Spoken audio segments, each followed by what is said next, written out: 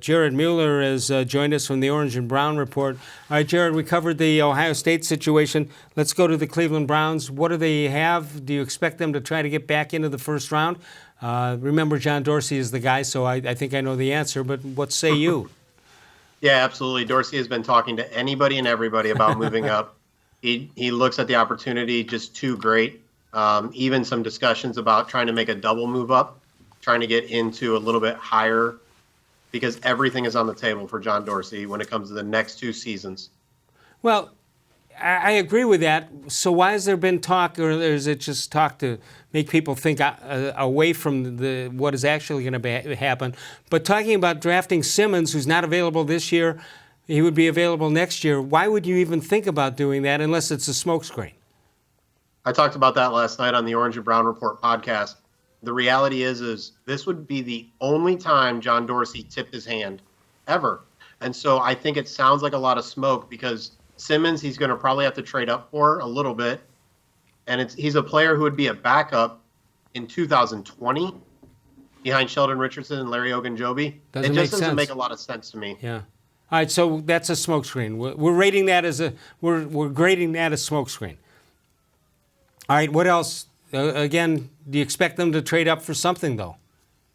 I do. I think what's really interesting is fans and media have really focused on the Browns' need for a third linebacker to replace Jamie Collins and for a strong safety to replace Jabril Peppers.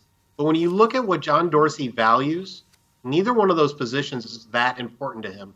And so I think you're going to look at Dorsey focusing on edge rusher, offensive tackle, or cornerback. And if I had to put your money on it, Les, not mine, I would say right now it's cornerback. Who are some of the names that that jump out to you as far as cornerbacks that they may be looking at, even to go up and potentially get? I think the 2 that really stand out to me are Justin Lane out of Michigan State.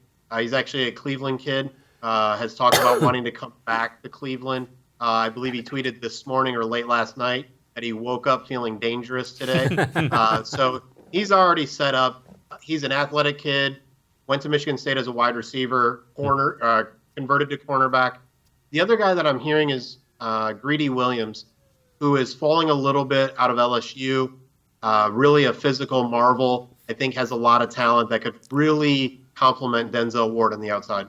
Is that what they're looking for? Yeah. Denzel Ward's a speed guy. Are they looking for more of a long, rangy athlete? Both those guys are 6'2". Lane was actually a pretty good basketball player over at Benedictine, too. So is that what you kind of sense they're looking for as a complement to Denzel Ward?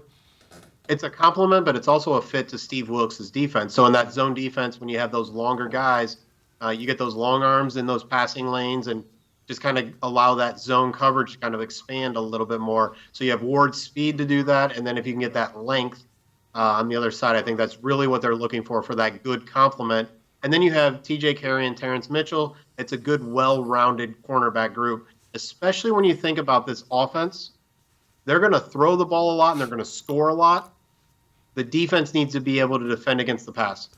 When you're talking about cornerback, are you concerned? Is there some concern with the concussion situation with Denzel Ward? Is that fit into the situation here when they're analyzing it? I've been told that is not a big concern, not something they're overly worried about. There are a few little things that he can work on from a tackling perspective, but they just think that those are freak accidents right now, and it's not something that they're planning on or worried about. All right, give me when the Browns walk away from the first night, do they have it? Do they get somebody, or are they going to wait till the second night? I think the trade the Seattle Seahawks just made today actually sets up the Browns pretty well to move up. Seattle likes to get more picks, and so they got the picks from Kansas City for Frank Clark. I think the Browns end up late into the first round. Who they actually end up with will be really interesting. Someone like Montez Sweat or Ja'Kai Polite, 2 edge rushers who many thought would be top 5, top 10 picks, look like they're going to be falling a little bit. I could see a player like that, or obviously the cornerbacks we already mentioned. When you look at getting into the first round, what's it going to cost them? What do you think getting from 49 up into the end of that first round costs? I think we're probably looking at the 2020 second round pick and maybe a later round pick. Again, Duke Johnson, we know, could be had. If it gets really big, we've heard some rumors today from Albert Breer that Joe Schobert could be on the market. So you have to look out for a really big trade. But I think right now you're looking at number 49 and maybe a 2020 second round pick. Jared, thanks.